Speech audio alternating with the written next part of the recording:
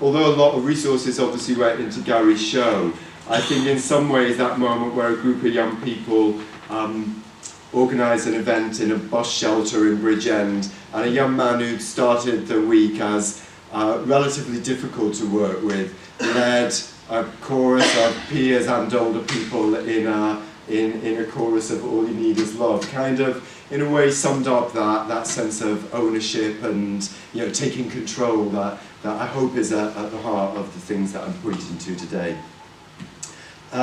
Another key thing that we're doing there is transmit a lot of that stuff online. And as you can see with the video there, this isn't always super high quality, professionally produced work, but is often put together by people within the community. The screen shot I showed you there is a page from our online social network where anybody can post anything, but predominantly people are talking about either their own theatre work or the work that we're putting on. And this particular screenshot's taken from a conversation about that Barmouth show before, where local people started posting images of things that they remembered from Barmouth, and Mark started responding and actually found quite a bit of the material for the show through that online discussion. And yeah, we've got our Twitter feed always going on there as well. So if you want to reach us, we're at NTW Tweets. And sometimes we create online projects that are specific to a particular show or piece of work. And again, that's often in order to enhance the reach and enhance the sense of ownership. So this project, again, was part of that whole Bridgend piece of work, where we created an alternative map of Bridgend that young people, and anybody who wanted actually, could mark and indicate places that they either loved or hated, or places that they felt were places of light or dark for them. A subtle opportunity in a way to talk about difficult things if you wanted to, but also just to celebrate good things too. Each of those little tags on there, the hearts and the white and dark boxes, could be attached to videos or bits of text or photographs. It's a lovely little map of Bridgend. You can still go there, bridgend.com. And then getting back to Port Talbot, we had a whole team of what we call citizen bloggers with that show. So we had an online site there that was getting professional stuff that we were producing as part of the show, and thousands, well, tens and hundreds of thousands of people followed this show online that couldn't actually get to the show. But actually some of the most watched material wasn't the professionally produced video work, but was the work that the citizen bloggers had put up there. And so that was our site, portalbot.com, and this is video made by a young man who was doing his BTEC at the moment and catching some of the best up-foot footage of what was happening. And this was a scene that wasn't open to the public, so there were little scenes going on across Port Talbot that weren't advertised, that most people weren't at. So this is the handing over of the cross. And a few dozen people had heard that it was going on and turned up there, but by and large, those citizen bloggers that were watching the piece and transmitting it through the website were creating a window into that piece of work for anybody who wants to find out about it. And you also found audience members who'd log on to catch up about things they'd not been able to see or missed. I think finally I wanted to talk about my last stage in the three areas of empowerment, of participation, engagement and empowerment. That final stage of empowerment where really in a way we're becoming as an organisation a way that people can tell their stories and people are coming to us with things that they want to do, and I don't always mean artists coming to us. This is an image from one of our most spectacular shows last year, which is a piece called The Persians. It was a new version of Aeschylus's play about the defeat of the Persian army, which was staged by the visionary director Mike Pearson up on an army range that's taken over a whole area of Brecon, the Epint Army Range. And this is a part of an army practice village where the army practices warfare,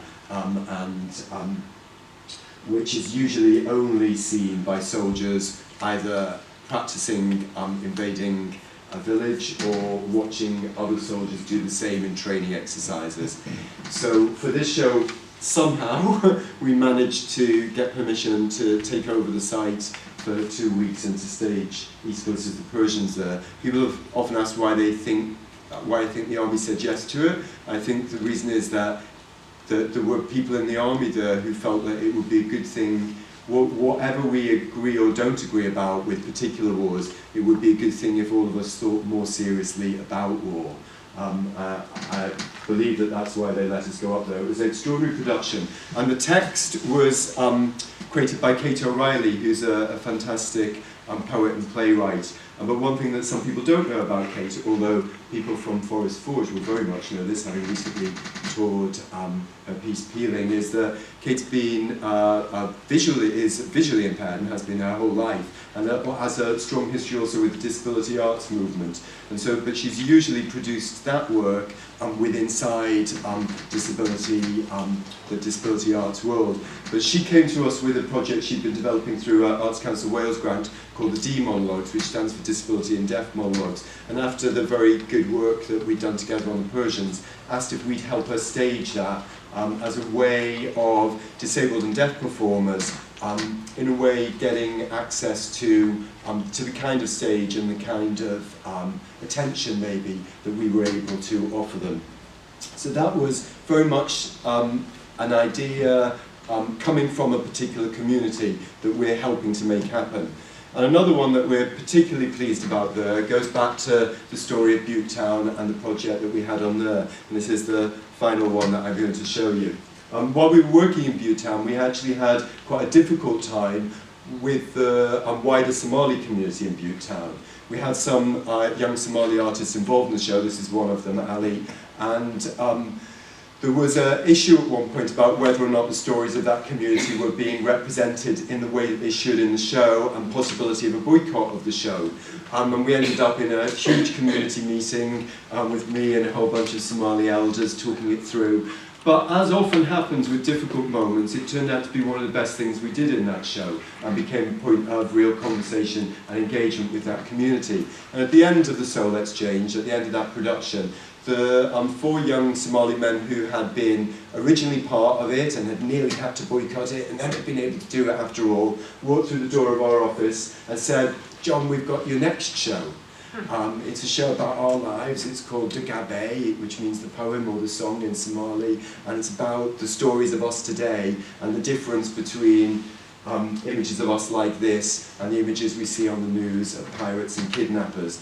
And the more I dug into them about this idea, the more I realised actually it was a fantastic idea as a piece of work, and also that a number of them are really very good writers. So we started developing this idea a bit more. We worked with wider members of the Butte Town community, including a fantastic young film director, Gavin Porter, to build on the whole assembly discussion part of things, and came up with a plan of what we were going to do. We were going to do it anyway.